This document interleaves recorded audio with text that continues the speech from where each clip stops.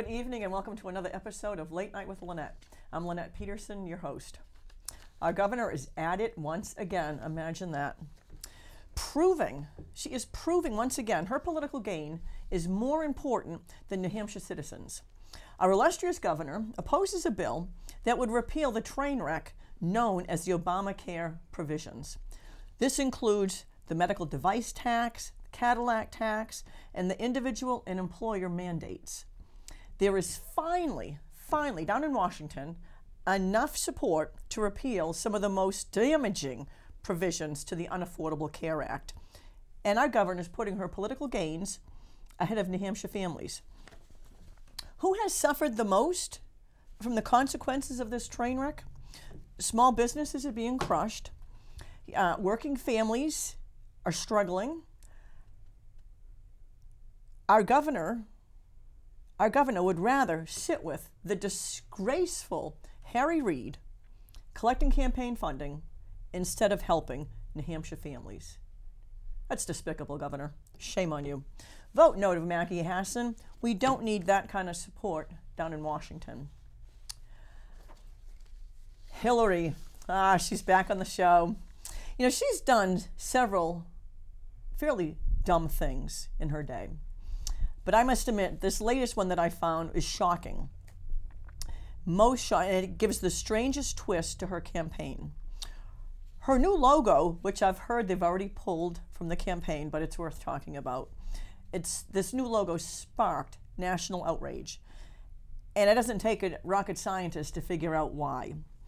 On Tuesday, December 1st, that marked the 60th anniversary of when Rosa Parks refused to give up her seat on the bus to a white passenger in Montgomery, Alabama. I mean, that was a huge landmark in history in a fight for the civil rights. Hilarious Clinton, oh, she's scary. She sent it out a tweet, and it says, history often gets made on ordinary days by seemingly ordinary people. December 1st, 1955 was one of them. Thank you, Rosa Parks. Now, she wrote this like it was her own personal quote.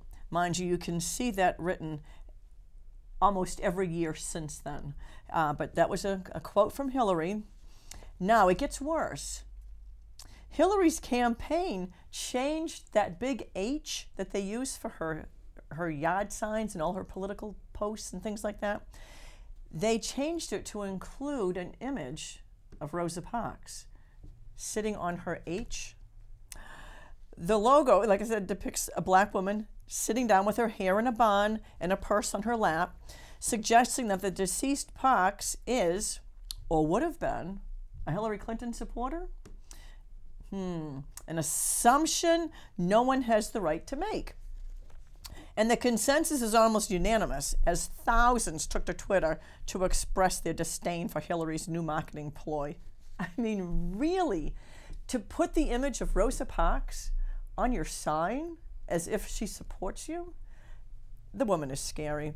Hillary is failing. She's trying too hard. Her new logo came across as manipulative, deceiving, insincere. It only begs the question, who does she think she is? Oh my word, how low can this woman go? Do we really need the likes of Hillary Clinton in the White House? Just say no to Hillary. I have a real special guest with me this evening. I have my oldest daughter, Sheila, with me tonight. Welcome, Sheila. Thanks, Lenette, Mom, Representative, Honorable. She got all the titles in there. Now, both of my daughters took up to playing the flute when they were in elementary school. They both had private lessons. The private lessons went through high school. You had lessons till senior year, wasn't it? Yep. Yep. Both my oldest and my youngest daughter, Rebecca. Now, I was the one that chose the instrument for them. And I had several reasons. They had no idea I was setting up music lessons for them. I figured the flute, a lot quieter than the drums, a lot smaller than the piano, which we didn't have in the house anyway. It's nice and small. You could carry it in a backpack. It was pretty, to me, it was a logical choice. Plus, I knew who the flute instructor was going to be. So, no-brainer. Buy one flute. They shared the flute for just a few years, wasn't it? Year and a half, yeah. Yeah, year and a half. Then we bought the second flute when we realized, yeah, they're actually enjoying it now and they're actually making an effort. If you had, yeah, you laugh at that. If you had had your choice, what would have been your instrument to play? Anything you didn't choose for me? Wrong answer. Probably probably the violin. Violin. The violin or the cello, but probably the violin. Now, why a string instrument? I just think it's beautiful. Like I love the sound of a good flute, don't get me wrong, but the sound of someone who can play the violin or the cello and do it well, I just think it's absolutely beautiful. Yeah. Now, practice. First year my daughters played the flute. I remember practicing a lot my first year. I think I was pretty good. Yeah, I don't think so. First year was a complete waste of time and money. Their flute instructor would agree. And it wasn't until I used reverse psychology on my daughters. First I bought a flute stand, so the flute was always out of the case. And I also bought a music stand. The music had some place to go. So that made it a little easier for practicing, didn't it? Yeah, it was a lot better than using the dining room table. Yeah, sure. yeah. And I also found a couple of cool flute books. Now that also kind of, instead of just the routine, boring music in the beginner's flute books, there was one on patriotic and show tunes, wasn't there? Yep. Something like that. I bought a Disney book. It had all the Disney music. That was cool. So yeah, getting some different music kind of helped, didn't it? Yes. Now, what were some of your favorites for the flute books over the years? I brought some of them. Oh, well, some of them have made an appearance and they're quite old, so do forgive the state of them. Well, I mean, Wicked, because it's Wicked. It's my favorite Broadway. Yeah. I did bring the Disney solo book that turn them to the there you go. Made a constant appearance in our house. Yes. The Broadway showstoppers again. I'm a sucker for a good Broadway. Yeah. And then these books are the bane of my existence. I hated these books. Now those were the instructional books. These were the instructional books that Mrs. Bannister attempted to get Rebecca and I to participate in playing. Right. There's the accent on achievement. She even tried going as so far as, I think we still have some stickers in here that she put in here to try to encourage us to keep practicing. And then she quickly realized the stickers weren't really getting us anywhere. And this one was even worse than that one, than the accent on achievement, because it was so much harder, and there weren't any pictures in it, so there was more room for music, which was terrible, and that went through years and years of torture. But these three were pretty cool. Yeah, the non-instructional. Yeah, now the Broadway. I remember. My favorite. I liked hearing you guys play from this book. Yeah, that was a good one. Disney. Everyone loves Disney. So Disney music is always. Yeah. Beauty and the Beast. Always gets me. The only thing I didn't like about this book was you knew all the songs, so whenever we'd make a mistake, you'd start laughing and make us do it over again. Well, yeah, that's my job.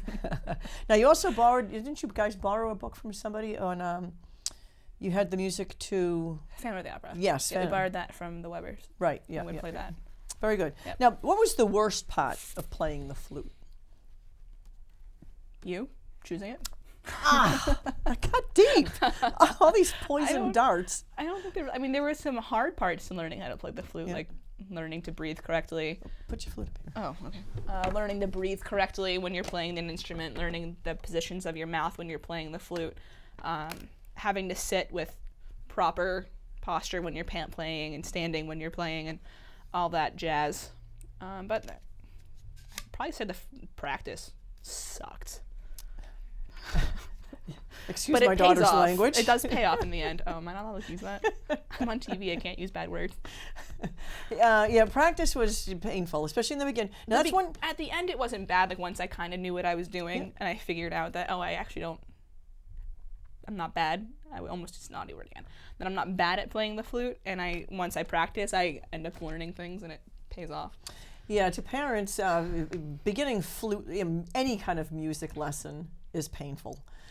The squeaking, the shrieking. I got back at you for the drums because I got a drum set. Well, yeah. And I made sure I banged on those extra hard just because I couldn't when I was little. Yes, but her parents also, the drums were electric and she didn't have an amplifier. No, You had headphones. So you only blew your own brains out, not mine. So that was pretty cool. Thanks. Take that as a compliment, I guess. Now, what was the best part of playing the flute? Was there anything fun about playing a flute? Oh, absolutely. Once I got over the hump of I have to practice to get good, it was a lot of fun. I mean, gave me something to do when I was bored or when Becca was watching Nickelodeon and I didn't want to watch with her. Yep. Yeah, it gave me something to feel proud about. It gave me something to have a passion for. With anything, once you have a passion for it, like, go for it. There are so many people who are miserable because they have nothing that makes them happy. You find something that makes you happy, go for it.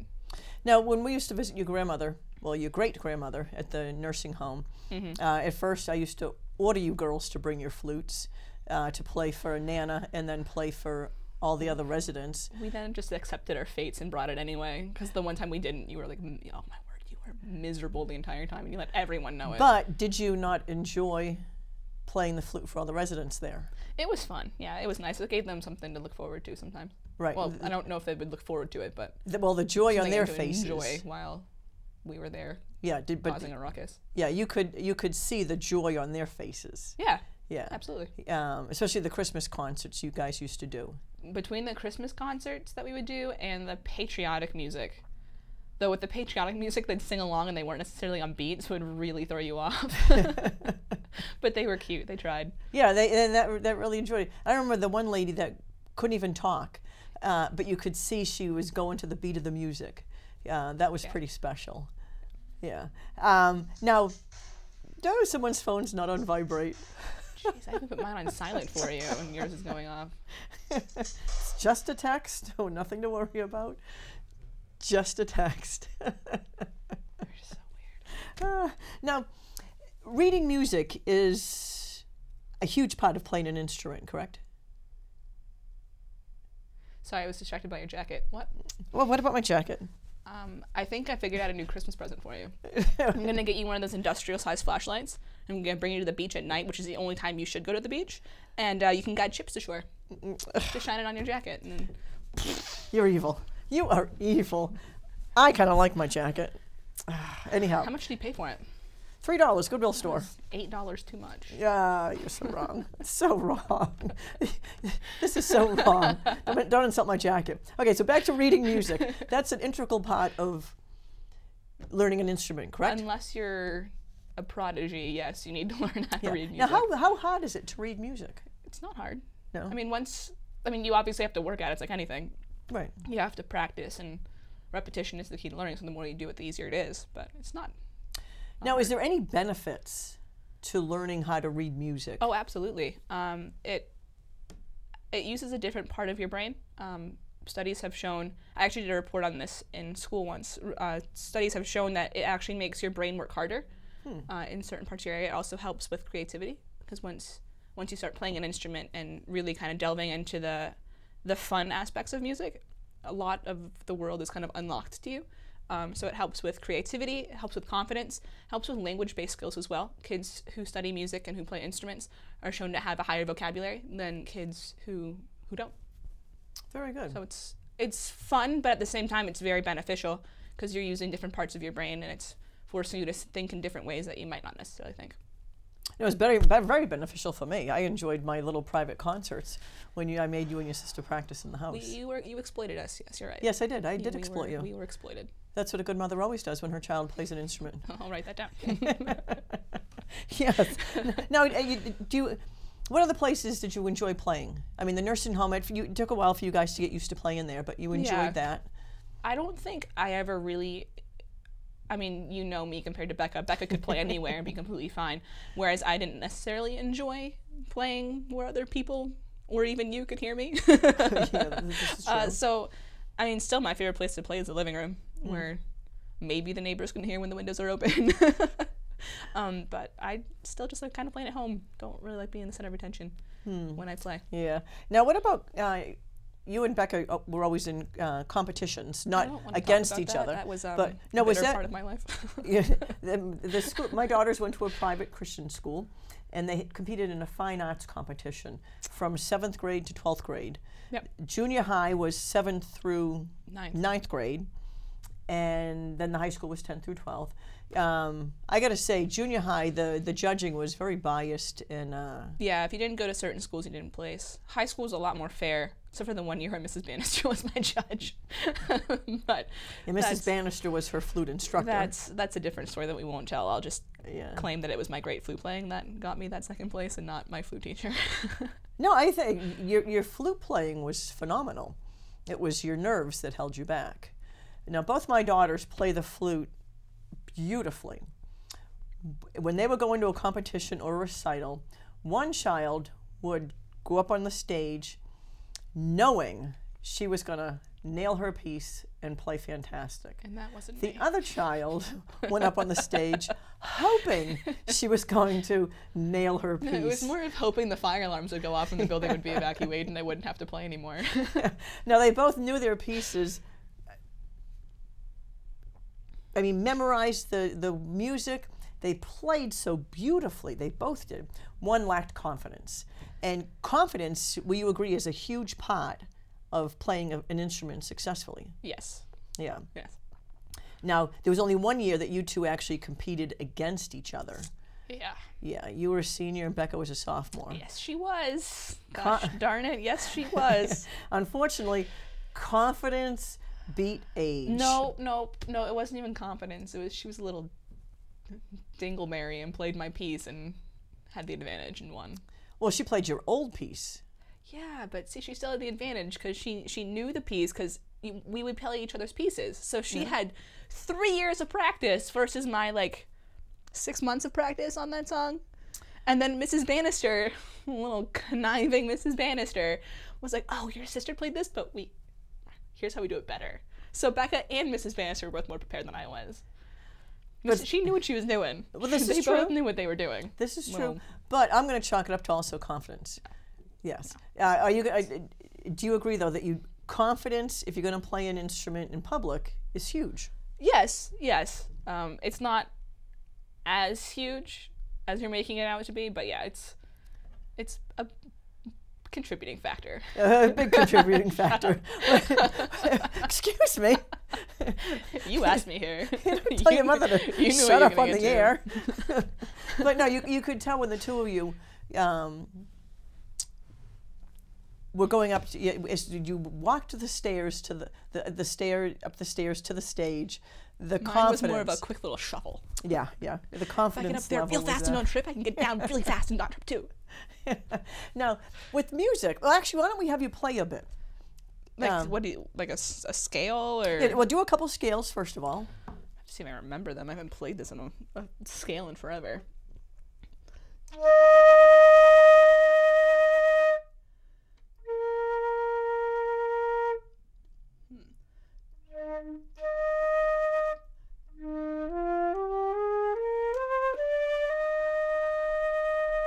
Sounded like the scale to me. Very good. Yeah. Now, can you play any little thing just by memory? You don't have to play a whole song. Yeah, I think so. People are watching, by the way. So if I mess up, this is on you. This is okay.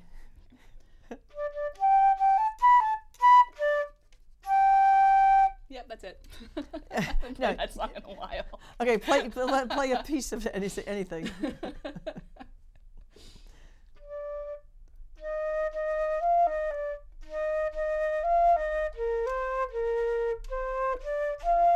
Nope. No, that was okay. Now, get a book up. Oh, good grief! I'm getting paid for this, right? Since I'm on the air.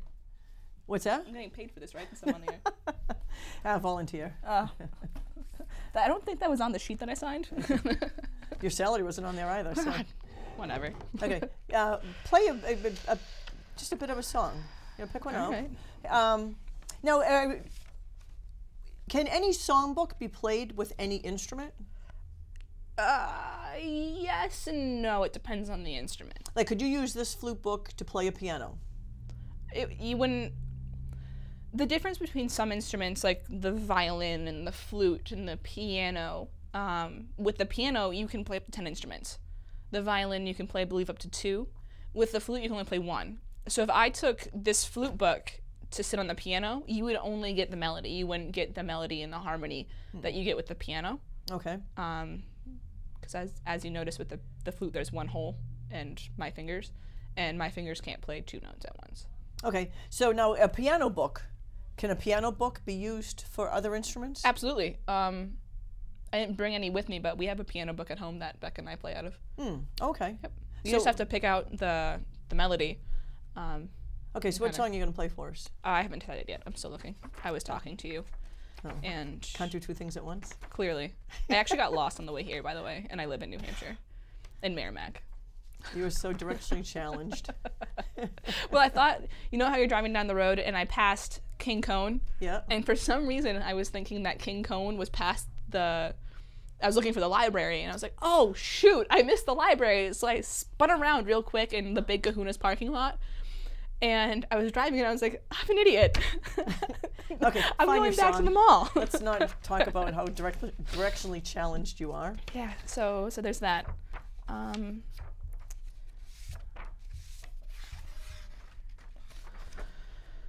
It takes this long to find a song? There are a lot of songs in here, and I like a lot of them. I'm just trying to choose one that I'm least likely to make a mistake in, since I already blew having any of the songs memorized that I used I've memorized. Well, that's all right. I don't want your fans being let down by your daughter's flute playing. Now, how many years do you think it takes to be proficient with an instrument?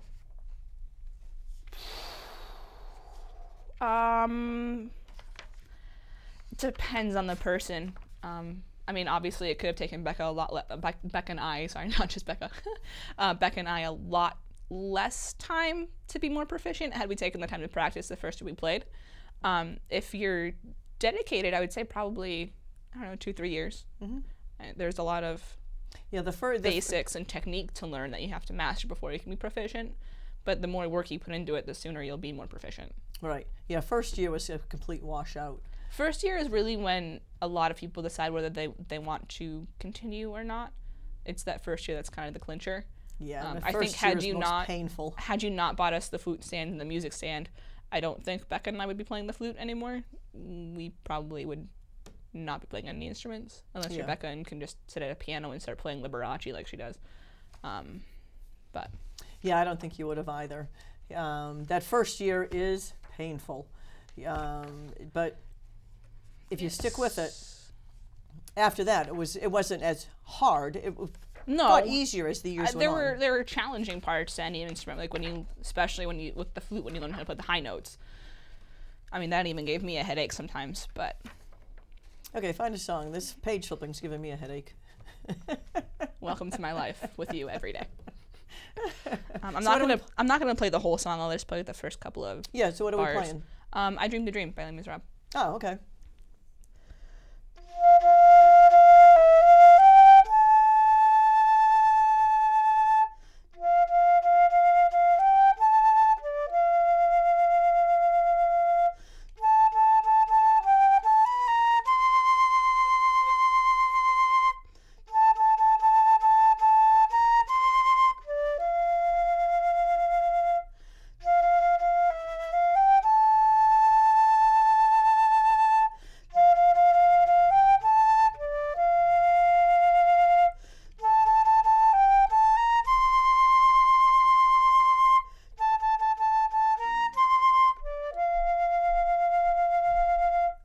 Very good, bravo. Oh, I miss you guys playing.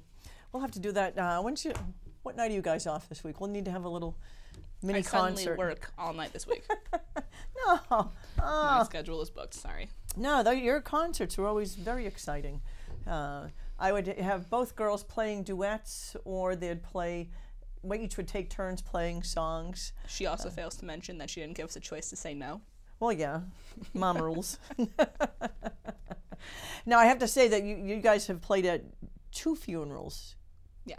Yeah. And I mean, I would think that would be the most stressful. Especially when your sister forgets her flute. Yeah, well, we won't go there. But you played at your great-grandmother's and your grandmother's. Yep. And to me, you both played, oh my word, probably the best I've ever heard you. No mistakes, no nothing, note perfect. I'm always less stressed when I have someone to play with me. Especially with Becca, because she kind of realized, like, when I make a mistake, she'll just play a little louder. If I stop playing, she doesn't stop playing. She keeps going and pretends like nothing's going on. But like with your grandmother's funeral, your sister forgot her flute, so you each played a solo. Yeah, but bless her little heart. But you both played, I mean, phenomenal. Now, sometimes when you're too nervous, does it actually help you to play better? Yeah, with the flute, you can get away with it just being vibrato. But no, no, I try to chop it up as, oh yeah, it was just vibrato. I was really getting into the song and I really wanted to put emotion into it, but no, it was more of a, I'm going to poop my pants, get me off of this stage. Okay, special. Now you said you would have wanted to play the violin. Mm-hmm. Now how easy would it be to pick up another instrument once you've learned an instrument? Depends on the instrument. Like with the flute, I could pick up the saxophone, and once I figured out, the embouchure figurations for the note, for playing into the instrument, and learning the basic techniques, the fingering for the notes on the saxophone and the flute are pretty similar. So it all depends on what instrument you're switching to. Like, I'm a pretty good flute player. I'm not a great ukulele player. So it really all just Well, then depends. again, you'd practice so much on the ukulele. Well, I don't have my ukulele anymore. I sold it. Right, but you didn't practice. I did practice on my days off. Well, when you're cooking in the kitchen, you don't get much time off. Okay. And now with your drums, how proficient were you with your drums? I can keep a beat Yeah. like nobody's business. But drums, I think drums are probably one of the easiest instruments to play. Not necessarily. Each drum makes a different sound. Yeah. And But I mean, you just have to keep the beat. it's not as simple as that. I mean, it is simple. If you are keeping a beat, that's easy. You pick out the beat of the song. Some people can't. Pick out the beat of the song and you go with it. I think had I had someone who knew what they were doing other than me and YouTube, I could have been a little bit better. But freestyling it like I did, got a little nuts. Yeah. So. Now the Irish tin whistle, same as the flute? No. It's similar. Yep. That was similar to the recorder, which kind of gave me the leg up, since the RCS down in Richmond didn't give me the option to not play the recorder. I didn't like playing the recorder. Now how about the piccolo? Is the piccolo exactly like the flute? No. No. The piccolo I actually find is a little bit harder than the flute. It's meant for a higher range than the flute can play.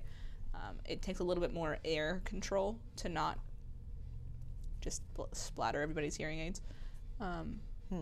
Becca can play it really well. I haven't had enough time to try to play it to be proficient at it like I should. But. Okay. So overall, great experience. Do you think people should encourage their children to play an instrument? Absolutely. Yeah. And unfortunately, that is a dying art. Fewer and fewer people are learning to read music, learning instruments. I think there's less of an encouragement from the school as well. When funding gets short, it's usually the music that gets pulled first. And unfortunately, it's not a critical part of education, but it should be a critical part of education. Everyone needs to have their academics and their intellect, but kids also need to have their creativity.